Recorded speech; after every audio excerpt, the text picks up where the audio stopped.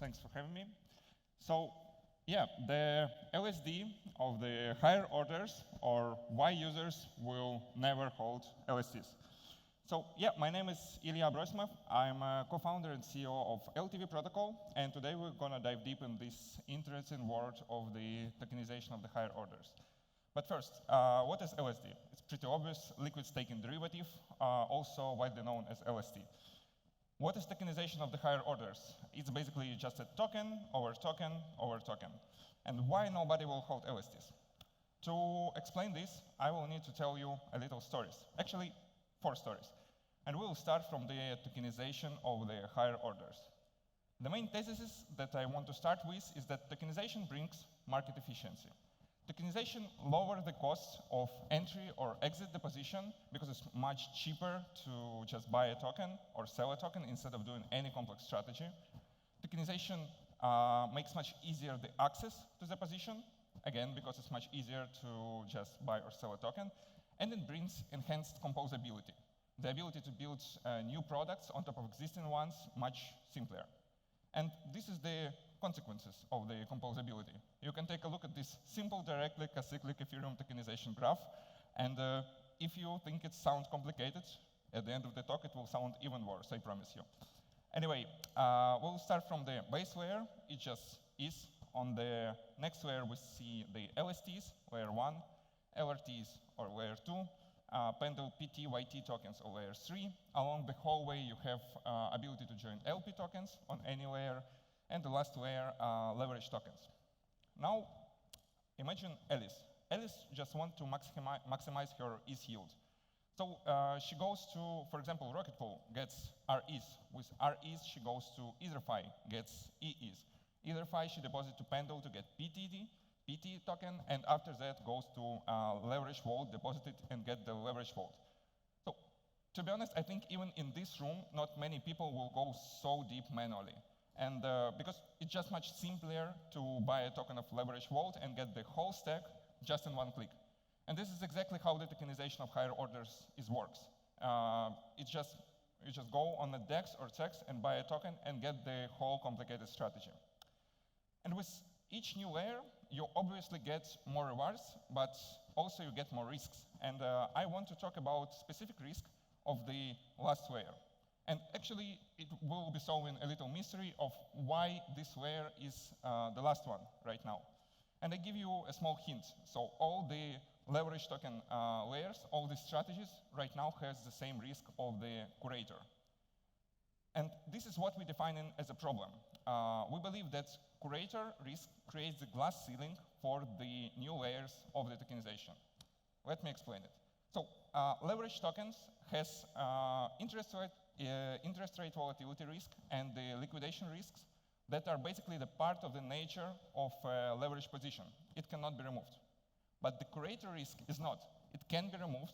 It's just a lazy design solution and unnecessary manual work that can be automated. And to be precise, here is how we at LTV define the curator risks. So the curator strategies is the strategies that has non-transparent and unpredictable behavior because it's defined from somewhere off-chain, and it has permissioned execution, meaning that only the vault curator can basically execute the strategy. In a contrast, curatorless strategies are fully transparent and predictable. That's very important because they defined on the smart contracts layer, everybody knows what to expect. And anyone also can execute them. So the execution is fully permissionless.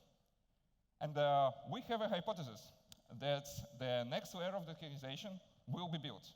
And there is only one blocker that stops it, and this is the risk of the curator. So the curator risk creates the glass ceiling for the next layers of the tokenization.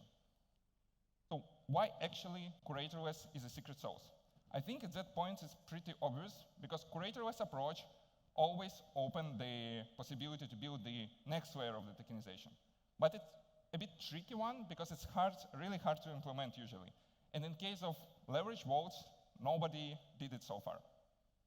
We did it.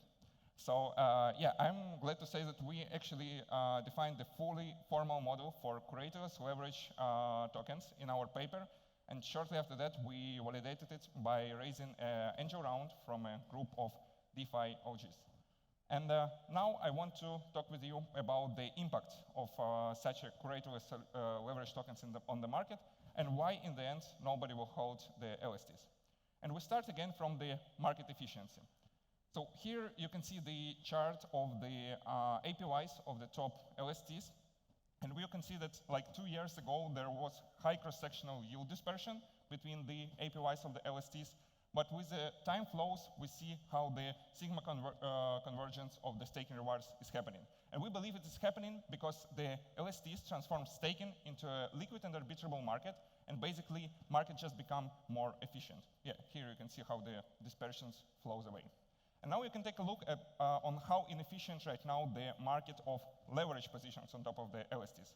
So the first example, the same LIDO LST, the same LTV protocol on BNB has 6 times more yield than on Ethereum. Again, Morpho yields on base for both LSTs is like hugely outperforming the same LSTs yield on Ethereum. And EtherFi leverage position always outperforms LIDO on Ethereum, and on base chain is like totally opposite situation. So it's like hugely uneven markets right now. And remember this chart with the sigma convergence of the staking rewards? So we believe it will be the same effect with the leverage tokens. And as leverage tokens are basically highly dependent on the interest rate in lending protocols, we will see the sigma convergence of the interest rate in lending protocols as well. By the way, all the data about the leverage positions across several chains is gathered in our market research doc, so feel free to contact me and request the access. We'll be glad to share. Getting back the TVL boosts. So obvious point, the leverage tokens will boost the TVL of underlying LSTs and LRTs. Right now, there are more than 6.8 billions to be deposited into Lido, similar numbers to EtherFi, Rocketpool, Renzo, all these LSTs. But more interestingly, that will also accelerate the competition, because 6.5 billions from this liquidity is actually laying in the shared pools in lending protocols. So even like a smaller advantage in a setup for a leverage position for each LST or LRT, giving the gives it the competitive advantage to grab all this liquidity. And all the products that can be built on top, like the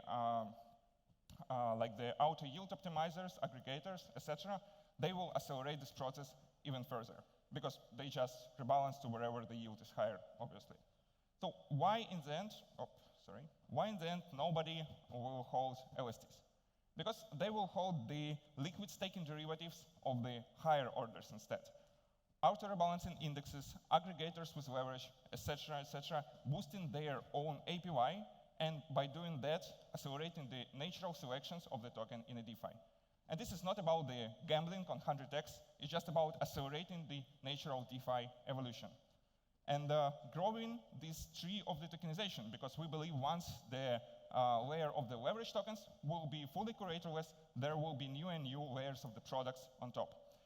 And we obviously want to be a part of this future. That's why we published everything, formalized model, published it in a paper, already in a testnet for the last 2 months. You can scan the link, you can try to broker it, we'll really appreciate that. And I'm glad to announce here that we are going to mainnet in August 2025. Kind of big announcement for us. At the first stages, our mainnet will be only for selected liquidity providers, but obviously, shortly after that, we'll open it to public. So that's why you may consider to follow us on Twitter for the updates. Thank you very much for your attention.